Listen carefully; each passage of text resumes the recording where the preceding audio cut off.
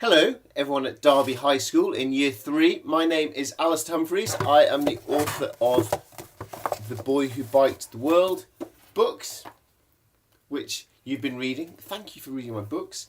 I've also written a couple of other books, Children, The Girl Who Rode the Ocean, and Great Adventurers, about my adventure heroes. And I was delighted that you've been enjoying the book. Thank you for your invitation to pop round for a banana sandwich. That sounds very nice. And thank you for your fantastic questions. You sent me some great questions, lots of good questions, so I'm going to launch straight into them. Question 1. Actually, before I launch it, I'm just going to have a little sip of coffee. This is my first job of the day, so I've just got to my shed, so need a bit of coffee. Right, question 1, here we go. Whew, we're ready. Let's do this. Come on, Derby High School, Year 3. How is your health cycling around the world, and did you get unwell? Well, my overall health was fantastic because I was getting loads of exercise every day. I was sleeping for loads of hours every day. I was drinking loads of water. I was eating loads of fruit and loads of vegetables. So all that was brilliantly healthy. I did get unwell a little bit because I was cycling for 4 years, and everyone gets unwell sometimes. I actually got the first and only filling of my life, like toothache pain. And that was because when I was in America, I discovered that in the petrol stations, you can get all you can drink cups of Coca-Cola and Pepsi, stuff like that, really cheap. And it's got loads of sugar in, it's good, kind of good for energy, but pretty unhealthy really, but mostly it was cheap. So I was drinking loads of this disgusting, well, delicious but unhealthy Coke, and rotted my tooth. I had to have a filling, so that happened. And then sometimes you just get a bit sick anyway, don't you? Get a cold. And then in some parts of the world I went to where they're not lucky to have the clean water that we just get out of the taps every day, so sometimes I'd get sick from that, and that was pretty horrible. It's pretty horrible to feel sick in a far off country on your own, but I wasn't really sick very often. I pretty much ate the food and water everywhere I went, and got my body got used to it, moving slowly through different landscapes. So I didn't really get very sick. No. What was the biggest obstacle you faced throughout your journey? The biggest obstacle I faced cycling around the world was this. The top 2 inches of my own head, my brain, which kept saying to me things like, you can't do this, it's too far, it's too hard, you're not good enough, all those sort of things. And so having to try and talk positively to myself to keep encouraging myself was definitely the hardest part of the trip. What was the rarest animal you saw on your journey? Oh gosh, that's a sad question, isn't it? Because it's so sad how many rare animals there are now, and how we're just killing so much of our nature and wildlife. It really makes me sad. Probably the rhinoceros, I guess, in Africa. I can't remember. There's a black rhino and the white rhino. One of those is mega rare, and one of them's just pretty rare. But yeah, the rhino is really rare. So it's fantastic, it's amazing to see them. When you completed your journey around the world, how did you feel?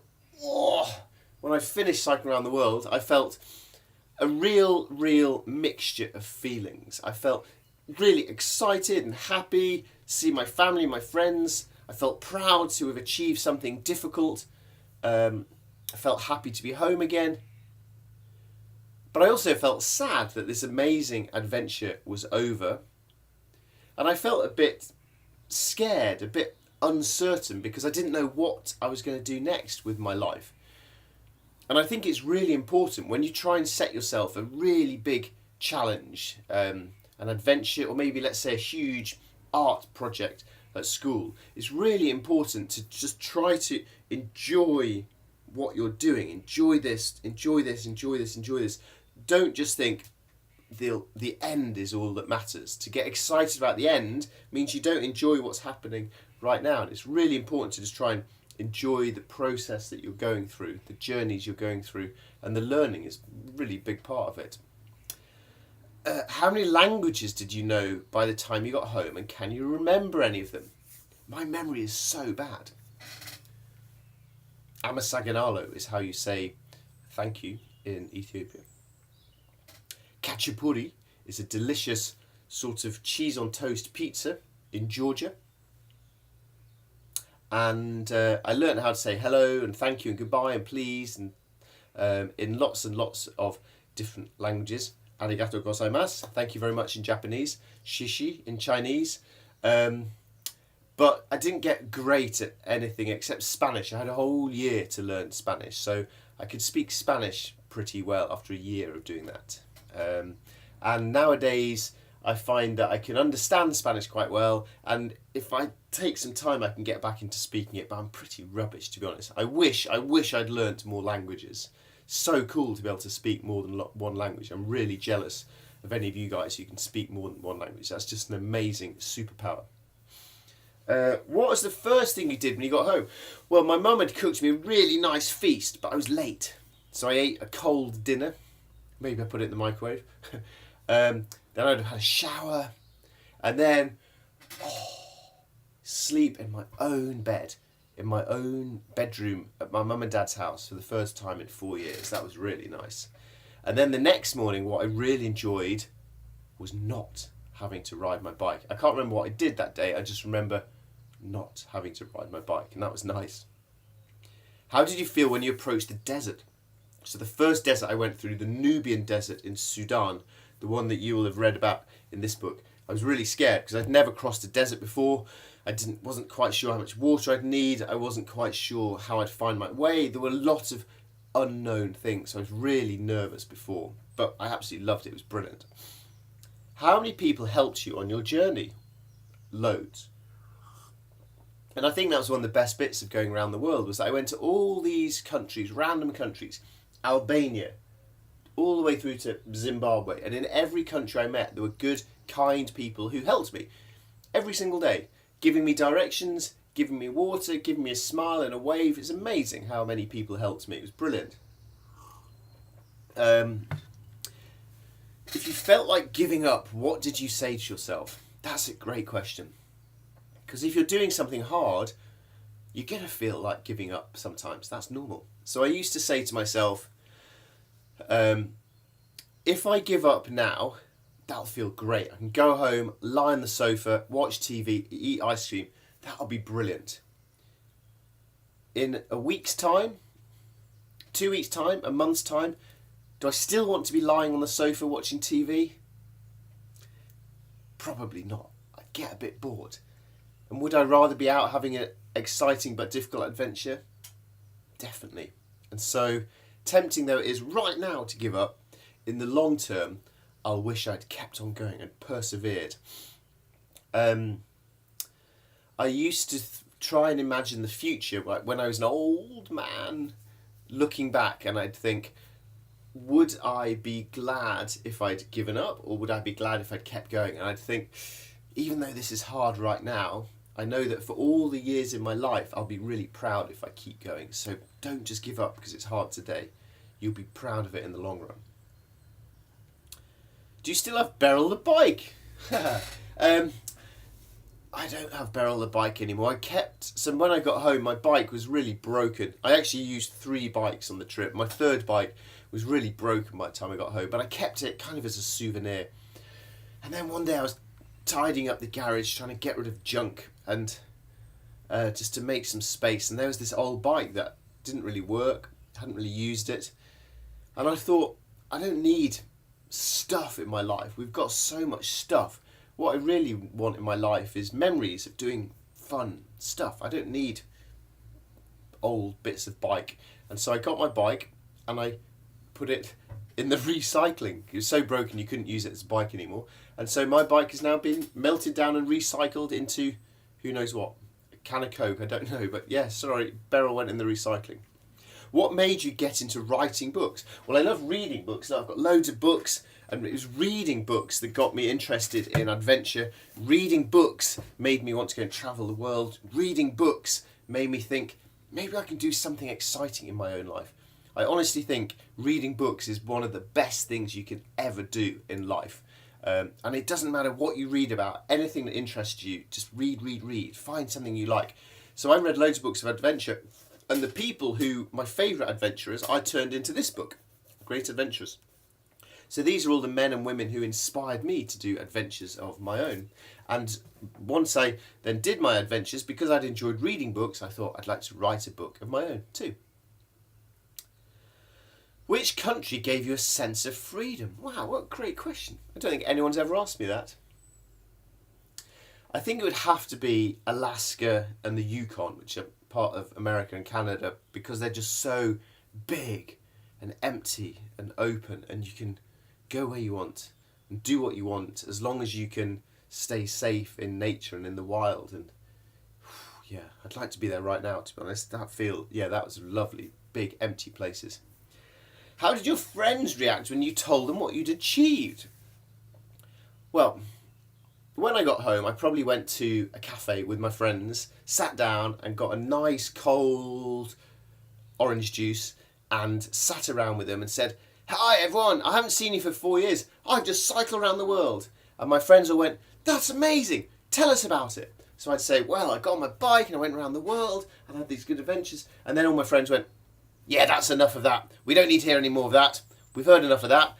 Did you watch I'm a Celebrity on TV last night? Wasn't that exciting?" And then everyone just carried on with their normal life. So I don't think normal life went on for my friends really. So I'm not sure they did care, but it wasn't that interesting for them because they're busy with their own lives, of course.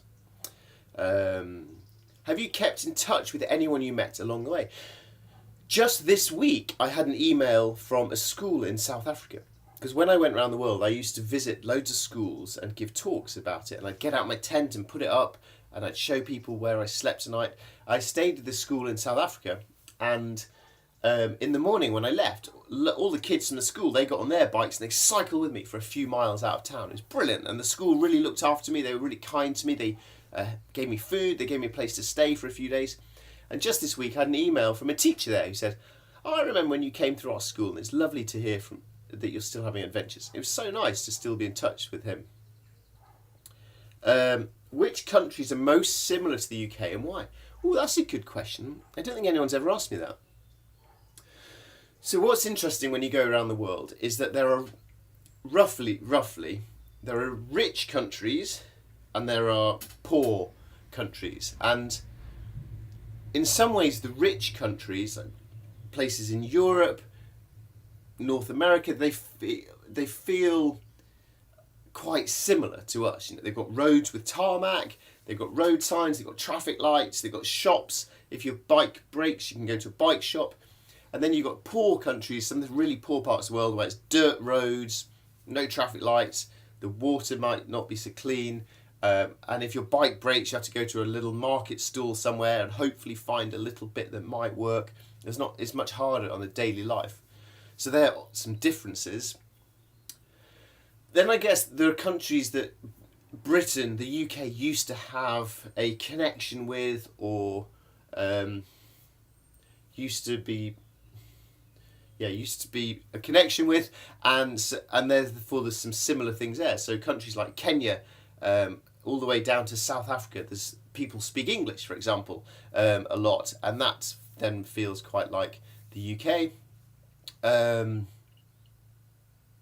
That's a good question. Where felt most like the UK?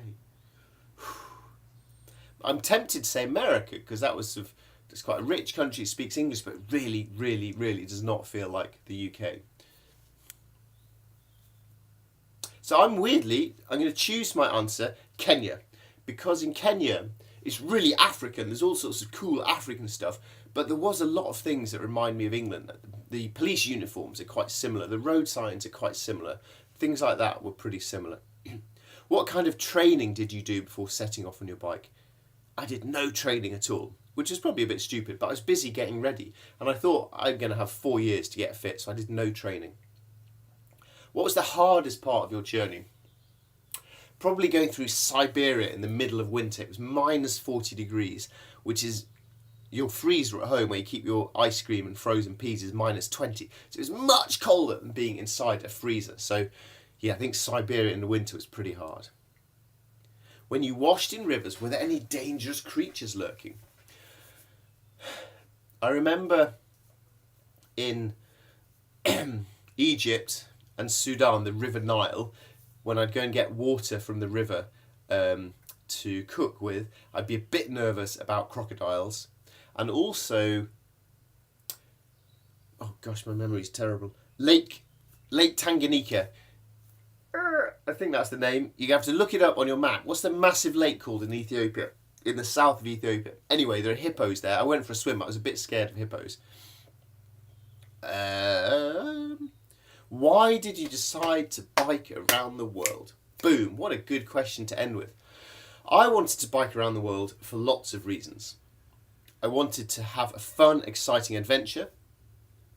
I wanted to see what life was like for people in different parts of the world. Rich countries, poor countries, Christian countries, Muslim countries, different religions, no religions,